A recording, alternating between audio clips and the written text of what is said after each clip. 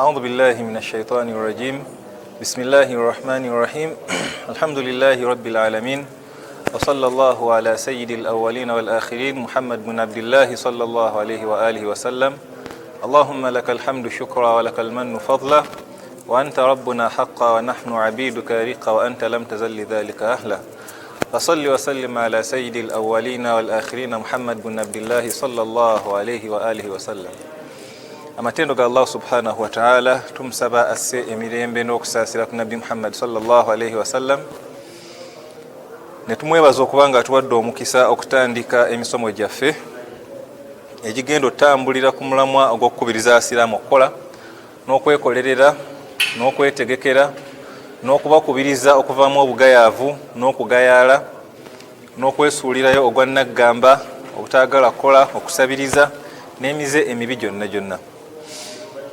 Omusomo guno tujja gutuuma oba emisomo gino ejja kuba silsila gijja kuba misomo nga giddiŋŋana nga tutunuulira ebigambo ebyawandiikibwa mu busiraamu mu Qur'ani mu hadithi n'ebigambo ebyabamanyi nga bitukubiriza okukola n'okwekolerera ng'abasiraamu.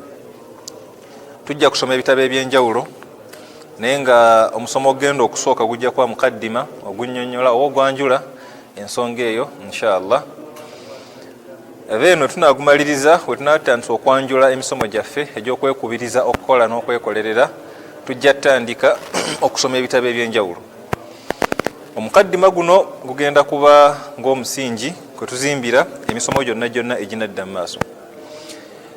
Bwe tuba tutandika okwogera ku nsonga ey'okukola n'okwekolerera mu busiraamu tulina okusooka ne tutegeera nti Allah subhanahu wa ta'ala ye yatonda ebitonde ne yeeyama okubanga yabiyimirizaawo.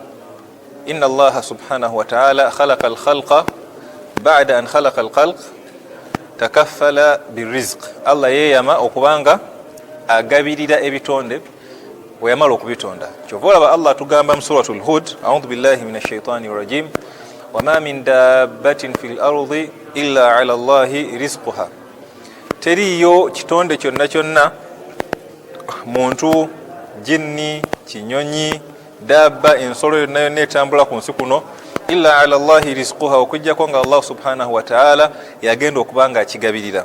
Wa ya'lamu mustaqarraha wa mustawda'aha. Allah yasinga omanya ekitonde ekyo we kitebenkerera nga kiwumuddemu, wa mustawda'aha ne gye kitambulira yonna kullun fi kitabin mubin. Allah byonna byonna yabiwandika mu kitabo ekyeyolefu ekyeyolese emyaka buwanana emabega. Mu mbeera y'emu n'atugamba mu suratu Dhariyat, a'udhu billahi minash shaitani rajim, wama khalaqtul jinna wal insa illa liya'budun. Satonda amajinni n'abantu okujjako okunneesinza. Amala okwogera ku nsonga y'okwesinza n'agamba ma uridu minhum min rizqin wama uridu an yut'imun. Ebitonde ebyo sibinoonyaamu riziki kungabirira nze nga Allah yabitonda wadde okubanga bindiisa. Nagenda maaso n'asoma aya n'agamba, n'ayogera aya n'agamba inna Allaha huwa ar-razzaqu dhul quwwati al-matin. Allah agenda maaso n'atugamba nti inna Allaha, mazima Allah, huwa ar-razzaq, Allah ye mugabirizi, dhul quwwati al-matin, yayina amaanyi n'obusobozi obuggumivu asobola okulabirira ebitonde ebyo bye yatonda okumwesinza, asobola okuyimirizaawo. Kimala okubeera bwe kityo tukitegeera mu aya ezebbiri oba aya z'ensoma mu suratul Hud ne suratul Dhariyat nti Allah subhanahu wa ta'ala yeeyama okugabirira ebitonde ebbanga ly'amala nga yabitonda alina obusobozi obubigabirira. Ku nsonga yennyini eyo mu hadithi ya Abdullah ibn Mas'ud, Nabbi sallallahu alayhi wa alihi wa sallam atugamba nti inna ahadakum yujma'u khalquhu fi batni ummihi 40 yawman nutfatan. Omwana Adamu yenna mu mbeera ey'okumutonda waba ali mu nnabaana ya maama we nga amazzi ag'omusajja n'amazzi ag'omukyala agamaze osisinkana ne gayingira nnabaana, abeerawo ennaku 40 nga nutfa ngali mu state ey'amazzi. Thumma yakunu alaqatan mithla dhalik, n'amala n'afuuka ekisaayisaayi. Thumma yakunu mudghatan mithla dhalik, n'amala n'afuuka ekinyamanyama. Thumma yub'athu Allahu ilayhi malakan, kasitatuuka ku stage y'ekinyamanyama z'ennaku 40 ezasooka nga mazzi, ennaku 40 eziddako nga kisaayisaayi, ennaku 40 eziddako nga kinyamanyama, ez'ennaku 12 kasita oziweza ng'oli mu nnabaana, Allah ng'akuweereza malayika wayumaru bi arba'i kalimatin nalagira malaika eyo ekuwandikeko ebintu bina ng'oli mu nnabaana omwo. Ekisooka wayuqaalu lahu, Allah nagiragira nagigamba uktubu amalahu, omwana adamu oyo ali mu nnabaana ng'amaze okuweza ennaku 12 muwandiikeko emirimu gye gyonna gyagenda okukola nga mulamu. Kyekisooka. Ekyokubiri wa rizqahu, ne riziki ye yonna gyagenda okutuukako ku nsi kuno nga mulamu. Ekyokusatu wa ajalahu, ate ne ajaliye agenda wangaala bbanga lyenkanawa, agenda wangaala emyaka emeka. Wa shaqiyin au sa'idin, ate omala omuwandikeko ekyokuna ekisembayo agenda beera mu bantu abanayingira ejjana oba agenda beera mu bantu abanayingira omuliro. Hadithi eno yennyini obutagenda wala nnyo kimanyikiddwa nti Allah subhanahu wa ta'ala we yatandika okutonda ebitonde, ebimu ku bintu yasooka okutonda mwalimu kalamu, nga hadithi eri mu kitabo kya Imam Tirmidhi wetugamba makulu gaayo. Yatonda ekalamu eyo, weyamala ogitonda n'agiragira ebeere nga ewandiika byonna ebyaliwo n'ebiribaawo. Weyamala okuwandiika ekalamu eyo ku lawhil mahfudh ng'ewandiise byonna kadari z'abantu n'ebiribaawo byonna, Allah n'alyoka atonda, wayita emyaka 5,000, Allah n'alyoka atandika okutonda ebitonde ebisigadde. Kitegeeza ki? Riziki yo Allah gyakuwandiikako oba gyakuwandiikako ku nsi kuno yagigera lubeeryebere nga tanatandika tonda bitonde bisigadde. Kati Allah omukaddimu owo otulaga kinti Allah subhanahu wa ta'ala ensonga za riziki yazifuga. Nga we kiri nti Allah yakutonda ate n'amala n'abanga yafuga ensonga za riziki, alina kye yatulagira. Amala okututonda n'atonda ne riziki n'okubanga yagifuga, sunna ya Allah, enkola ya Allah ku nsi kuno eri nti ekisooka buli omu Allah yamutonda, tukikkaanyako. Ekyokubiri buli omu Allah n'amutondera riziki gyagenda okulya oba gyagenda okutuukako ku nsi kuno. Ekyokusatu kyetalina kwerabira ekiggulawo omusomo gwaffe, riziki eno Allah amala ogikutondera n'akulagira nti riziki y'okutuukako olina okuba nga ofuluma ogende olafulane oginoonye. Riziki ekunoonya nga naawe wooginoonya. Wano wetusinzira ne tugamba nti riziki eno mu Busiraamu tugituukako tutya? Tuyitira mu kukola. Omusiraamu kasita okola awo riziki nga ogituukako, omusiraamu kasita okola awo riziki yo ng'ekutuukako, kasita ofuluma n'ogenda oginoonye riziki nga ekutuukako. Kyova olaba Allah atugamba mu Quran, a'udhu billahi minash shaitani rajim, mu suratul Mulk yagamba huwa alladhi ja'ala lakumul arda dhalula. Allah ono yabatondera ensi eno nga dhalul. Ensi eno Allah yagitonda nga nnyanjulukufu. Ekigambo dhalul mu lulimi Oluganda kwe kubanga oli mu kifo oba oli mu mbeera ng'osobola okutambula mu bwangu, osobola okusaasaana mu bwangu, osobola okwetala mu bwangu, ekifo nga kyanjulukufu. Kati ensi Allah agamba huwa alladhi ja'ala lakumul arda dhalula. Allah yabatondera ensi eno nga nnyangu ya kutambulirako, nga nnyangu ya kwetooloolamu, nga nnyangu ya kunoonyezamu bintu. Amala okugitonda mu mbeera ng'osobola otambula n'obeera ng'oli Kawaala ssaawa zino, oli Uganda wano n'ogenda Ejjinja mu ssaawa 2, n'ova Ejjinja n'ogenda e Busia, n'ova e Busia n'ogenda e Nairobi, n'ova e Nairobi n'ogenda e Mombasa, n'olinya ennyonyi n'ogenda e China n'osuubula, n'ogenda e Turkey, n'ogenda e Misiri, n'ogenda mu nsi z'Abayindi, n'ogenda mu nsi z'Abazungu. Ensi Allah yatuwa tanakkulat, osobola otambulira ku nnyonyi, osobola otambulira ku kyebagala, osobola ovuga emmotoka, osobola ovuga emmeeri, osobola okulinnya emmeeri n'ogenda. Kyonna ekyo Allah tugamba nti ayina ensonga lwaki yatufuulira ensi eno nga nnyangu ya kutambulirako. Lwaki? Famshu fi manakibiha, mutambule mu nsi muno, mwetoolole mu nsi muno, musaasane mu nsi muno, mutambulire ku mugongo. Manakib gwe mugongo gw'ensi, oba mutambulire ku nsi kuno. Nga lwaki tutambula ku nsi kuno? Wakulu min rizqihi, mubeere nga munoonya riziki eri gye mbagambye waggulu Allah gye yabawandiikako. Ye aya esooka. Aya eno Allah yatulagira nti yasooka n'atubuulira nti ensi yagitonda nga nnyangu yatambulirako, n'amala n'atugamba ensonga lwaki yagitonda bw'atyo, musobole otambula mugende munoonye riziki zammwe. Kitegeeza ki? Musobole otambula mugende mukole riziki zammwe ze yabawandiikako zisobole obbatuukako. Omusiraamu talera ngalo, teyeetulako weetuuzi, riziki neemutuukako. Kyekyokubiri, wa ilayhi nushur, n'afunikira ng'agamba ate wa Allah gye mugenda okudda.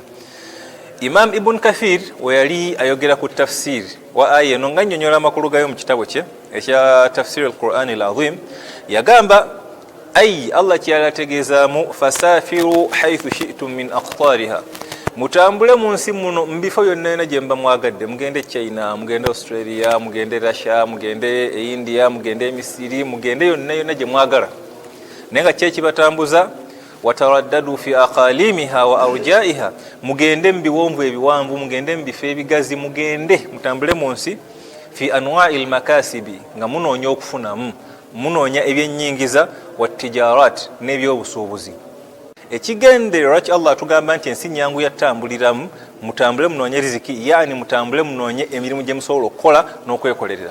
Wano wetugamba nti baraka Allah yagissa muki? Mu kunoonya riziki. Teri mwanadamu yenna abaana nniya nnungi n'afuluma amaka ge agenda anoonye riziki okuggyako Allah ng'amugabirira. Ye sunna ya Allah ku nsi kuno.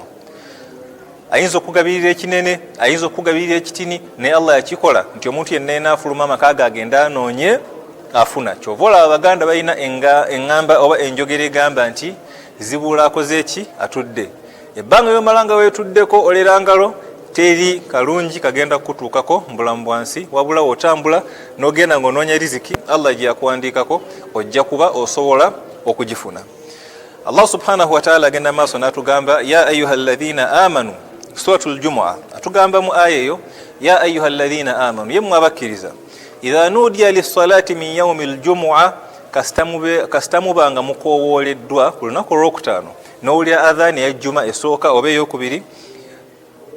Idha nudiya lissalati min yawmi aljumu'a, kasita mubanga mukowooleddwa ku lunaku olwokutaano, fas'au ila dhikrillah, mwanguyirize mujje eri eswala n'okujjukira Allah subhanahu wa ta'ala, wa dharul bay', ate muleke ebyobusuubuzi, maduuka mugaggale, ebifo ebimukolera musooke mubiwummuzeemu n'emirimu mugiwummuzeemu, mutambule mujje mwanukule omulanga gwa Allah subhanahu wa ta'ala ogw'okusala ejjuma. Dhalikum khairun lakum in kuntum ta'lamun, ekyo nno ekyokwanukula omulanga gwa Allah mujje gyali kyekisinga obulungi gye muli mmwe ng'abaana Adamu kasita muwulira adhan ku lunaku olwokutaano, kyekisinga obulungi gye muli singa mwali mumanyi.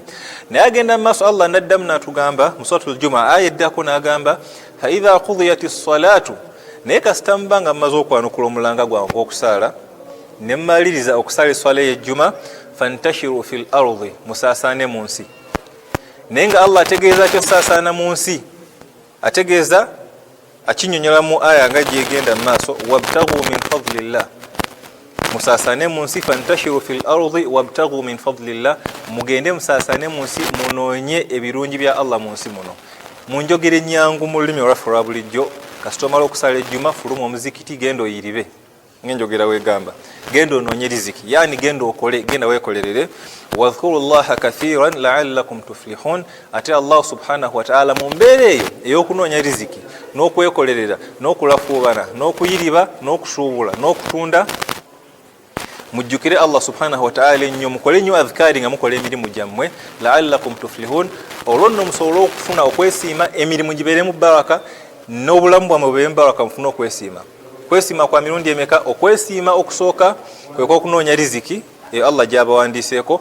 Okwesiima okwokubiri kwe kubanga mujjukira Allah, bizinesi ze mugenza okukola oba emirimu gye mugenza okukola mbeere nga mufunamu sente, mbeere nga mufunamu baraka mu bintu ebyo bye mugenza okukola kasita mujjukira Allah nga muli mukola. Imamu al-Baghawi, omu ku bamufassir abanyonyozi ba Qur'ani, abanyonyozi ba Qur'ani abanene, atugamba oyatuuka ku tafsiri wa aya eno nga annyonnyola amakulu gaayo. Mu tafsiri ye Imamu al-Baghawi atugamba ayyi idha farigha min as-salati, omwana Adamu ono yazze okusala kasita abanga amaze okusala, fantashiru fil ardh, musaasaane mu nsi, litijara, musaasaane mu nsi mugende munoonye. Allah kyategeeza kasita mumala okusala, fantashiru fil ardh, musaasaane mu nsi, litijara, nga mutambula mu kusuubula, wattasarrufi fi hawaijikum, n'okugenda okunoonya n'okumaliriza ebyetaago byammwe ebyenjawulo. Batunyumiza nera mu tafsiri yennyini ya Imam Ibn Kathir ne tafsiri endala batugamba nti wakana Arrak ibn Malik radiyallahu ta'ala anhu, Arrak ibn Malik Allah amusiima, omu ku balongoofu abaatusooka, batugamba ku nsonga yennyini eyo nga bongera okunnyonnyola aya ey'okubanga omala okusala ejjuma fuluma ogenda oyiribe oba ogenda onoonye riziki. Batunyumiza amanyi ba tafsiri n'agamba wakana Arrak ibn Malik radiyallahu ta'ala anhu, omusajja omulongoofu ayitibwa Arrak ibn Malik radiyallahu anhu Allah amusiime, kana idha salla aljumu'a insarafa, weyamalanga okusala eswala eyajjuma, insarafa yeyimukanga n'abanga afuluma omuzikiti, fawaqafa ala babi almasjid, n'ayimirira ku mulyango ogw'omuzikiti. Faqal, yamala ng'okusaala ejjuma n'atambula n'agenda ku mulyango gw'omuzikiti gwennyini. Faqal, n'ayimirira mu makkati g'omulyango n'ayogera ebigambo bino n'agamba faqal, Allahumma inni ajabtu da'wataka wa sallaytu fardaka wa intashartu kama amartani farzuqni min fadlika wa anta khayru raziqin. Rawahu Ibn Abi Hatim. Batunyumiza nti omwami ono Arrak ibn Malik radiyallahu ta'ala anhu, Allah msiime, bwe yamalanga okusaala ejjuma ng'ayimuka mpolampola n'abanga afuluma omuzikiti n'ayimirira mu makkati g'omulyango ogw'omuzikiti. Faqal, n'agamba Allahumma, ay Allah, n'asoma edduwa eno nga naatera ofuluma omuzikiti n'agamba Allahumma, ay Allah, inni ajabtu da'wataka, nayanukudde omulanga gwo gwe bankubidde, wa sallaytu fardaka, nenzija nensaala esswala ey'ejjuma ey'etteeka gye wampandikako. Kubanga aya egamba nti kasita baziina ku lunaku olwokutaano, leka byonna byonna byokola oyanguyirize oyanukule omulanga gwa Allah ogw'okujja osaala ejjuma. Kati yagambanga ay Allah, bayaziinye nenyanukula omulanga nenzija nsaale naye nensaala esswala gye wampandikako.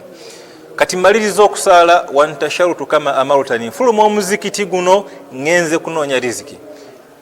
Nyanukudde ebintu bibiri nazze nensaala, kati nga wondagidde nti wemmala okusaala ngende nnoonye riziki, ntambula ngenda nnoonya riziki, naye farzuqni min fadlika, nkusaba ay Allah obeere ng'ongabirira mu nkizo yo, obeere nga onnyanukula ngonzigulirawo gye ngenda okunoonya eno, gye ngenda okukola, bye ngenda okukola bibeere nga bitambula bulungi. Wa anta khayru raziqin, ate gwe Allah subhanahu wa ta'ala gwe mugabirizi asinga okugabirira obulungi. Wa ruwiya an ba'di salaf annahu qaal, omu ku musajja omulongoofu neera abaatukulembera baagambanga nti man baa'a washtara fi yawmi aljumu'a ba'da as-salah, omwanadamu yenna yenna amala okusaala ejjuma ku lunaku olwokutaano, man baa'a n'agenda n'atunda, washtara oba n'agula, ba'da as-salah, yaani omuntu oyo n'agenda mu bizinensi ze, n'agenda mu mirimu gye ng'amaze okusaala ejjuma, barakallahu lahu 70 marra, Allah amuteeramu baraka emirundi 70 mu bizinesi gy'agenza okukola. Waliwo ekyama, omwanadamu yenna yenna katugeze oyina omulimu gw'ogenda okukola nga gulimu baraka, ogusuubiramu empeera nnyingi, ogusuubiramu ebyenfuna nga bya waggulu nnyo, amanyi batugamba kirungi nnyo omulimu ogwo ogulindiikirize ogukole ng'ejjuma ewedde. Katugeze oyina ettaka ly'oyagala okutunda, oyina emmotoka gy'oyagala otunda, oyina ekizimbe ky'oyagala otunda, oyina ebyamaguzi by'oyagala otunda, kirungi nnyo ddiira eyo giggalewo ogimalirize obudde bw'ejjuma nga buwedde. Lwaki? Olw'ensonga nti Allah atugamba faidha qudiyati salatu, kasita mmala olunaku olw'ejjuma esswala y'olwokutaano eyo, fantashiru fil ardi wabtaghu min fadlillah, mutambule mu nsi muno mugende munoonye ebirungi Allah subhanahu wa ta'ala byabawandiikako. Nekitegeeza nti omuntu yenna yenna anoonya oba akola omulimu baada salatul jumu'a abanga yanukudde Allah subhanahu wa ta'ala omulanga gwe, ne ku lw'ensonga eyamanyi batugamba Allah akuteeramu baraka mulimu ogwo emirundi 70. Chances ez'okufuna mulimu gw'oli mukola ziba waggulu nnyo ng'omaze okusaala esswala ya jumu'a n'ogukola mu budde obwo. Kyekyama ekiro, so obanga olinayo omulimu ogw'amakulu gonna gw'osuubira okufunamu, kirungi ogumalirize ng'ovudde mu swala ey'ejjuma. Allah agenda maaso nga yongera otukubiriza okukola n'okwekolerera, n'atugamba mu suratu Naba, a'udhu billahi minash shaitani rrajim, alam naj'alil arda mihada, tetwatonda ensi eno nga mihada, ensi nga yaggumira nga ate ennyanja olukufu bulungi. Alam naj'alil arda mihada waljibala autada, netutonda ensozi ezo nga ziwaniridde ensi, nga ze zikwatiridde ensi. Kubanga kimanyikiddwa bulungi ensozi zonna olusozi kasita olulaba wano ekawaala n'olaba nga luyita mpaka Nansana, tegeera nti makkati ga Nansana ne Kawaala wansi olusozi lwe lukuttewo. Kyova olaba abantu wonna anaabeera musisi, ensozi kasita zinafuwamu, ekitundu ekyo kinafuwa. Allah kyatugamba nti alam naj'alil arda mihada wal jibala autada, tolaba nti twafuula ensi eno nga nnyanja olukufunga nga zibulungi, twajalirira ne tufuula ensozi nga zeziwaniridde ensi. Agenda maaso Allah n'atugamba wa khalaqnakum azwaja, twabatonda nga muli mu peya, ne tutonda ekitonde ekisajja ne tutonda ekitonde ekikyala. Mu buli kimu mu bantu waliwo omuntu omusajja n'omuntu omukyala, waliwo ente ensajja n'ente enkyala n'ebitonde ebisigadde byonna. N'agenda mu maaso n'agamba waja'alna al-layla libasa, ne tufuula obudde bw'ekiro nga budde bwa kuwummula. Libasa yaani ekiro kino kijja ne kibikka ensi, obudde ne buziba, enzikiza n'ekwata, fe ebitonde ebiri ku nsi ne tuba nga tugenda kuwummula. Allah kyagamba waja'alna layla libasa, ne tufuula obudde obw'ekiro nga bwakwebaka bwakuwummula. Naye agenda mu maaso mu aya eddako eri ku mulamwa gwaffe n'atugamba nti waja'alna an-nahara ma'asha, nafuula obudde obw'emisana buno nga budde bwakukoleramu, budde bwakunoonya riziki, budde bwagenda kulafuubana, kubanga riziki Allah zeyatuwandikako zitutuukako nga tuyitira mu kukola.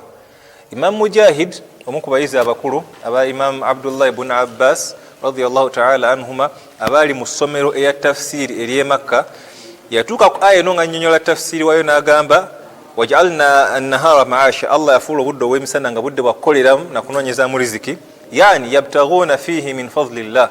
Obudde obw'emisana Allah yabutonda nga osobola okulaba, osobola otambula, osobola okuba nga okola okusingako obudde obw'ekiro. Olw'ensonga yabtaghuuna fihi min fadlillah, bwe budde Allah bwe yatonda nga tulina okunoonyezaamu riziki n'okugenda okukoleramu emirimu. Qala Ibn Kathir, Imam Ibn Kathir naye mutafsiriye ku aya eno yatugamba atya, ayi yani Allah subhanahu wa ta'ala yafuula obudde obw'emisana nga wakola, ayi ja'alnahu mushriqan muniran mudhi'an liyatamakkana an-nasu min at-tasarrufi fihi wadh-dhihab wal-maji' lil-ma'ash wat-takassub wat-tijarat wa ghayri dhalik. Atugamba Imam Ibn Kathir ayi ja'alnahu mushriqan, Allah yafuula obudde obw'emisana nga butangaavu, muniran mudhi'an nga bwina ekitangalo omusana guva ffenna ffenna nga tulaba. Lwaki? liyatamakkana an-nasu min at-tasarrufi fihi, abaana Adamu bano basobole okuba nga batambuliramu ne basaasaaniramu. Wadhihab, basobole okugenda. Walmaji, basobole okujja. Lilmaash watakassub, yani omwana Adamu asobole okuba nga asobola otambuliramu ayiribe bulungi emisana. Allah kyova olaba omusana yagussaawo. Kyatugambye waja'alna an-nahara ma'asha, twafuula obudde obw'emisana nga budde bwakukoleramu. Kati Ibn Kathir yetafsiriye ensonga lwaki Allah emisana osobola okulaba, emisana osobola otambula, Allah subhanahu wa ta'ala yakikola nga akigenderedde tube nga tukola nnyo mu budde obw'emisana. Ne aya endala mu Qur'ani mweziri nnyingi ezitukubiriza okuba nga abasiraamu tukola ate nga tetwetuulako bwetuuzi. Nabi Muhammad sallallahu alayhi wa alihi wa sallam, Allah subhanahu wa ta'ala atugamba mu suratul Ahzab, laqad kana lakum fi rasulillahi uswatun hasana liman kana yarju Allaha wal yawmal akhir wa dhakara Allaha kathira.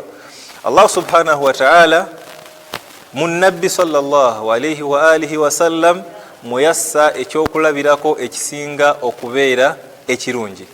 Eryo yenna omusiraamu alina obukkiriza asuubira nti agenda kufasinkane Allah. Nabbi sallallahu alayhi wa alihi wa sallam gwe tulabirako kyekifaananyi kisinga okubeera ekirungi. Kati Nabbi sallallahu alayhi wa alihi wa sallam bwe yatuuka ku nsonga ey'okukola n'okwekolerera teyagisuulirira busuulirizi, teyagirekawo. Naye atuuka mu hadithi weziri nnyingi tugenda kuba tuzinyonnyola ano mpola mpola ze tunaba tusobodde inshallah. Hadithi esooka ya Abdullah ibn Abbas nga Nabbi sallallahu alayhi wa alihi wa sallam atukubiriza okukola. Batunyumiza n'atugamba Abdullah ibn Abbas radiyallahu ta'ala anhuma atunyumiza n'atugamba kana Rasulullah sallallahu alayhi wa alihi wa sallam idha nadhara ila rajulin fa'ajabahu qala, we yalabanga omwana Adamu nga mulongoofu, alabika bulungi, musajja wa imaani, alina empisa, ayambala bulungi, ng'ekifaananyi kye kirungi, we yamulabanga n'abanga amusiimye yabuuzanga ekibuuzo. Qala, yabuuza basahaba be abalingawo n'ababuuza, omwana Adamu oyo gwendabye afaanana obulungi. Hadithi eno njagala tugitegeere bulungi, tugifumiitirizeeko olw'ensonga erina ensonga enkulu gyekoonako eri ku mulembe gwaffe guno. Yannyonnyolanga n'agamba, yabuuzanga n'agamba, omwana Adamu ono alabika obulungi, ono alina eddiini, alina empisa, obuvunaanyizibwa, alayika ng'obuvunaanyizibwa, ahal lahu min hirfatin, alina omulimu gwonna gwonna gwakola. Omwana Adamu ono alabika obulungi, alina omulimu gwonna gwonna gwakola, ayingirizaawa, riziki agijjawa. Hal lahu min hirfatin, alina omulimu gwakola. Fa in qaalu la, basahaba bamugambanga nti ne waba alabika bulungi naye talina mulimu, Nabbi sallallahu alayhi wa sallam yanukulanga n'agamba qal saqata min aini, omwana Adamu oyo wadde alabika bulungi, alina imaani n'ebigenderako, talina kyazitowa mu maaso gange, talina qiima yonna, talina buzito wonna mu maaso gange. Basahaba beewuunyanga nnyo, wa kaifa dhaka, ne bagamba Nabbi sallallahu alayhi wa sallam, kaifa dhaka ya Rasulallah, lwaki ono omwana Adamu wadde musajja mulongoofu atya Allah naye talina qiima mu maaso go? Yagamba li anna almu'min, olw'ensonga nti omukkiriza yenna idha lam yakun dha hirfatin, kasitaba nga mumukkiriza obuvunanyizibwa alina imaani yeesitula mu mbeera ennungi naye nga talina mulimu gwakola talina wayingiriza 10 taayasha bidiinihi agenda kuddira obulongoofu bwe eddiini ye n'ekifaananyi eky'obulongoofu kyamulabiramu eddiini ye gyagenda okufuula omulimu. Nabbi sallallahu alaihi wa alihi wasallam yali ategeeza ki?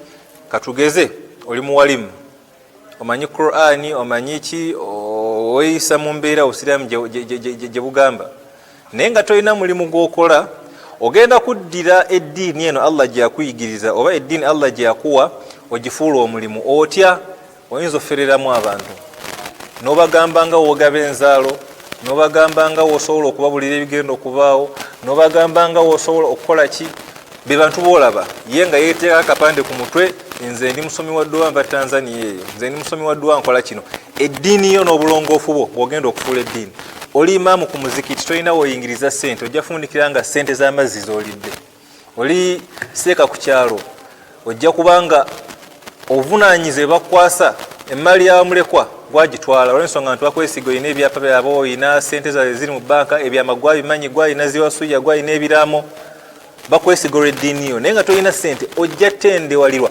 oyinza obutalya bintu ebyo lwakuba oli muntu mubi naye olw'ensonga nti omuntu yenna yenna kasitaakula yeetaaga aba n'obuvunaanyizibwa alina okusasula enju wasula alina okuzimba alina olabira omukyala n'abaana alina okujjanjaba abantu alina okwebeezaawo naye nga talina ssente talina nnyingiza kitegeeza ki ajja kufundikira ng'eddiini ye n'obwesiga bamusaamu olw'eddiini ye bwafudde omulimu. Nabbi sallallahu alaihi wa alihi wasallam kyeyali agezaako twewaza mu hadithi eno n'agamba kasita kakutanda n'oba ng'oli muntu mulongoofu naye nga tolina mulimu tolina nnyingiza eddiini yo gy'ogenda okufuula omulimu. So mu mbeera eyo tuyigamu ki? Nabbi sallallahu alaihi wa alihi wasallam yali atugamba obanga oli muntu mulongoofu ebimu ku bijjuliriza obulongoofu bwo kubanga ofuluma amaka go buli ku makya n'ogenda n'obaako omulimu gw'okola oguyinza okuyingiza ssente gukuyambeko okukuuma eddiini yo. Hadithi ey'okubiri ku nsonga y'emu Nabbi sallallahu alaihi wa alihi wasallam atugamba mu hadith enti lian ya'khudha ahadukum hablahu fayahtatib ala dhahrihi khayrun min an ya'tiya rajulan أعطاه الله من فضله فيسأله أعطاه أو منعه حديث متفق عليه أو كما قال صلى الله عليه وآله وسلم.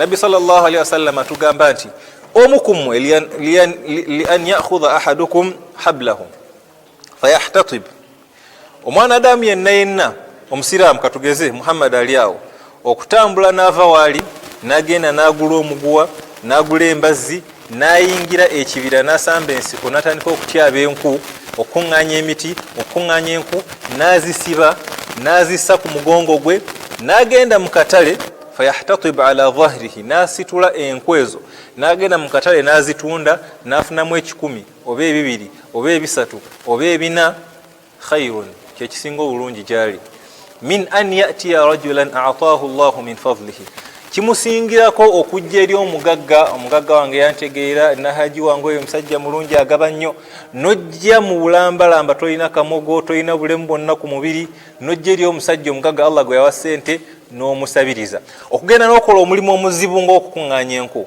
ogenze mu kibira waliyo emisota waliyo siga waliyo simanya nsolo eziyinza okuttira eyo ogudde okuva ku muti omuti gukugwiridde oli mu kutema miti omulimu omuzibu kwa Nabbi sallallahu alaihi wasallam atukubira ekyokulabirako kugimu ku mirimu egisinga okubeera emizibu ate nga tegisasula bulungi. Okutunda enku si gwe mulimu gw'oyinza okugamba nti mulungi nnyo muzibu ate tegusasula bulungi naye Nabbi sallallahu alaihi wasallam agezaako tugamba okukola omulimu nga muzibu nnyo ate agulimu akasente katini kisingako okujja n'osabiriza omwana Adamu omugagga akuwadde oba akumye lwaki olw'ensonga nti naye nahagenda ku Azali nekino nkyogera nnyo nkiddingana nnyo nga nsomesa omusomo guno. Khutuba yange yasookera ddala nga nakatuula e Misiri omusajja sheekhe yali awa khutuba alina ekigambo kyeyayogera ne kinkwata ku bwongo yagamba nti al insanu asirun liman ahsana ilayhi oba liman yuhsinu ilayhi omwana Adamu ajja sigala nga musibe w'oyo omuntu amukolera ebirungi.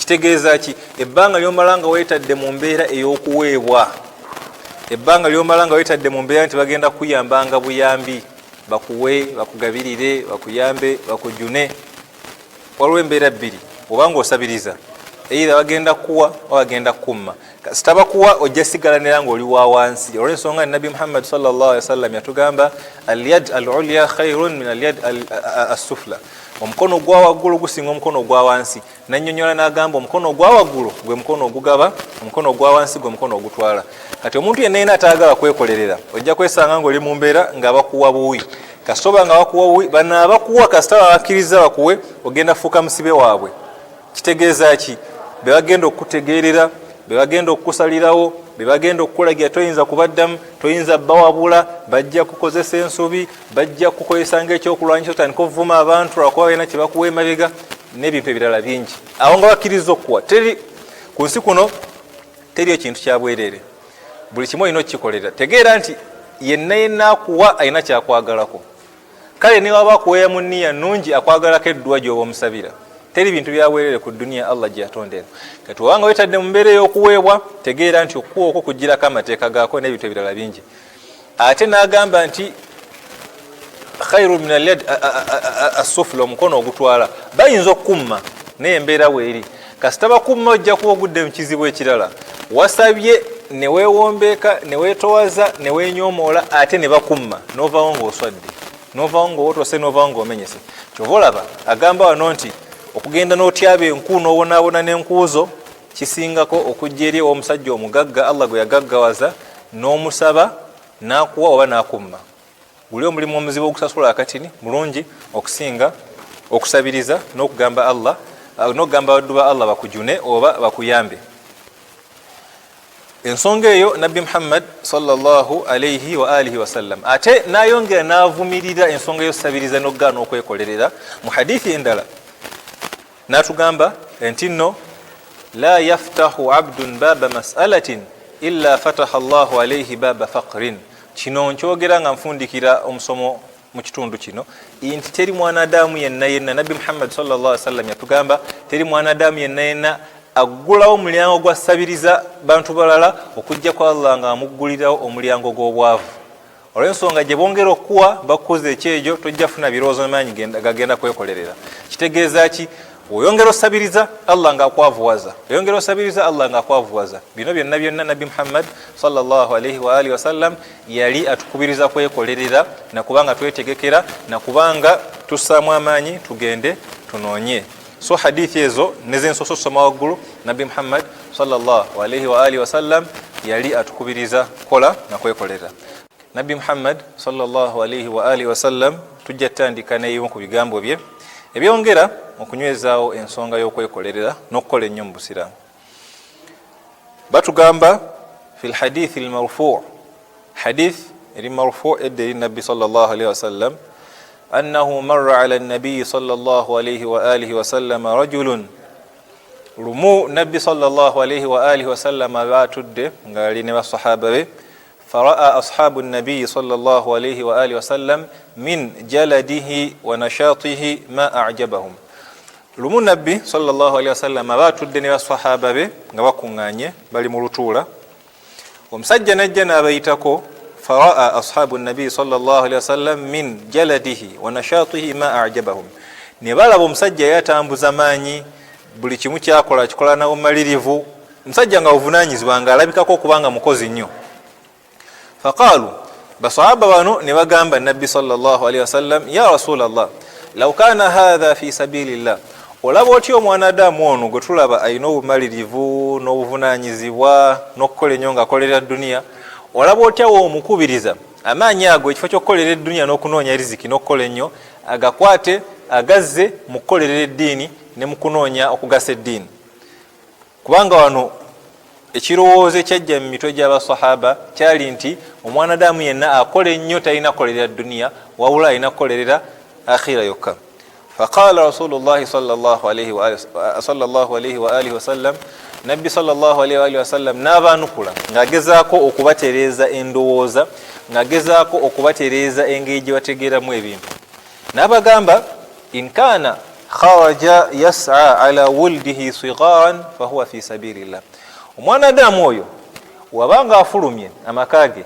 oba wabanga yafulumye amakage ng'ekimufulumizza ekimukozesa ennyo ekimulafuubanyisa ennyo ekimuviirako okunoonya ennyo riziki akikola mu mbeera yakubanga asobola okufuna ssente agende alabirire abaana be abato be yalese waka abalongo abato abakulu abakazaalibwa ekikulu ng'anoonya ssente zirabirira abaana waka fahuwa fi sabilillah ajja balibwa nti ali mu kkubo lya Allah. Kitegeeza ki? Omuntu yenna yena afuluma amaka ge ku makya n'agenda n'akola nga ayagala kulabirira abaana be buli ddakiika gy'amala ng'akola ekisooka afuna empeera, ekyokubiri Allah amusangulako emisango, ekyokusatu abaliwo nti ali mu kkubo lya Allah, ekyokuna kasita afiira mu kkubo eryo afanga shahid, afanga omuntu afiiridde mu jihad neera y'omu ku bantu abayingira ejjana. Kasita ofiira ku mulimu gwo ng'oli mu kukolerera abaana bo obaliwanga afudde ng'oli mu jihad. Agenda mu maaso Nabbi sallallahu alayhi wa alihi wasallam n'abagamba wa in kharaja yas'a ala abawaini shaykhaini kabiraini fahuwa fi sabilillah. Wabanga yafulumye n'agenda ng'agenza akole nnyo ng'ekimukozesa ennyo kubanga alabirira abakadde be abakoze emyaka, olina maama ali myaka 67, taata ali myaka 8, tebakyasobola kwekolerera, gwe n'ogamba nedda nze ndi muvubuka n'emyaka 3 kaŋŋende njiye ndabirira abazadde wa ndabirira abakadde. Buli ddakiika yonna yonna gy'omala ng'okola, buli ddakiika gy'omala ng'onoonya ofunamu empeera. Ekyokubiri Allah akusangulako emisango, ekyokusatu waliwo nti oli mu jihad ate kasita ofiira ku mulimu ogwo ng'ogukola kunoonya kulayira abakadde bo ofanga shahid ne ofanga shahid, yani oba ofiiridde mu kkubo lya Allah ate oba ogenda kweyamba bantu agenda okuyingira ejjana. Omuntu afiiridde ku mulimu ng'akola kulayira abazadde be. Agenda mu maaso Nabbi sallallahu alayhi wa alihi wasallam n'agenda mu maaso n'agamba wa in kana yas'a ala nafsihi ya'uffuha fahuwa fi sabilillah. Wabanga yafulumye agende anoonye riziki akole ennyo ng'ekimukozesa ennyo kubanga ye ng'omwanadamu yeeyimirizaawo, kubanga ye ng'omwanadamu akuuma ekitiibwa kye, teyeteeka mu mbeera ya kusabiriza, teyeteeka mu mbeera ya kubanga abantu bamunyooma lwakuba bamuwadde, teyeteeka mu mbeera ya kubanga abantu bamulangira lwakuba balabe bamuyimirizaawo. Fahuwa fi sabilillah. Buli ddakiika yonna yonna gy'anaamala ng'ali mu kkubo lya Allah ajja kubalibwa nti ali mu kkubo erya Allah. N'afundika hadithi ng'agamba wa in kharaja riya'an wa tafakhuran fahuwa fi sabili shaitan. Ate kasita afundikira ng'afulumya agenze mu mbeera yakweragana kusaasaanya bwononefu mu nsi ajja kuwaliwo nga ali mu kkubo lya shaitan. Hadithi eno Nabbi Muhammad sallallahu alayhi wasallam yagezaako tulaga nti omuntu akola aba mu mbeera eno abaliwo nti ali mu jihad afuna empeera buli ddakiika gy'amala ng'akola, ate kasita afiira mu kkubo ery'okukola okunoonya riziki okulabirira abantu be n'abazadde naye mwennyini okwerabirira ajja kufanga wa shahid atajja kuba mu bantu abanayingira ejjana. Aqulu qawli hadha wa astaghfirullah li wa lakum wa usalli wa sallim ala sayyidina Muhammad. Wassalamu alaykum wa rahmatullahi wa barakatuh.